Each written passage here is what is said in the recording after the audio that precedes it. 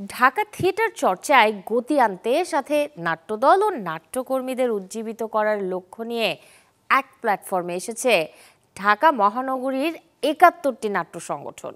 আর এই প্ল্যাটফর্মের নাম দেওয়া হয়েছে ঢাকা মহানগর নাট্য পর্ষদ। আগামী ফেব্রুয়ারি থেকে পর্ষদের আয়োজনে হবে ঢাকা মহানগর নাট্য উৎসব। আরণ্যক নাট্য দলের ঠান্ডু রায়হানকে আহ্বায়ক এবং দেশ নাটকের কামাল আহমেদকে সদস্য সচিব করে পর্ষদের ২৫ সদস্যের একটি আহ্বায়ক কমিটিও গঠন করা হয়েছে। শুক্রবার সংবাদ সম্মেলন করে বিস্তারিত কার্যক্রম তুলে ধরেন তারা। আহ্বায়ক কমিটির সদস্য অনন্ত হীরা বলেন, নাট্যদল ও নাট্যজনদের উজ্জীবিত করে থিয়েটার চর্চাকে বেগবান করা সহ করোনাকাল থেকে একের পর এক হোঁচট খেতে থাকা থিয়েটারের মানুষ ও দর্শককে থিয়েটারমুখী করাই তাদের প্রধান লক্ষ্য।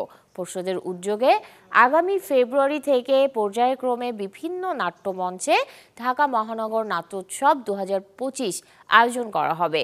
এই উৎসবের লক্ষ্য হবে শিল্পকলা একাডেমির জাতীয় নাট্যশালার ৩টি মিলনায়তন, মহিলা সমিতি মিলনায়তন, জহির রায়হান সাংস্কৃতিক কেন্দ্র সহ ঢাকার মঞ্চগুলোকে থিয়েটার বান্ধব করে তোলা এবং দর্শকদের উপস্থিতি বাড়ানো। ৭১টি নাট্যদল তাদের ৭১টি নাটক নিয়ে পর্যায়ক্রমে ৫টি মিলনায়তনে এই উৎসবে অংশ নেবেন।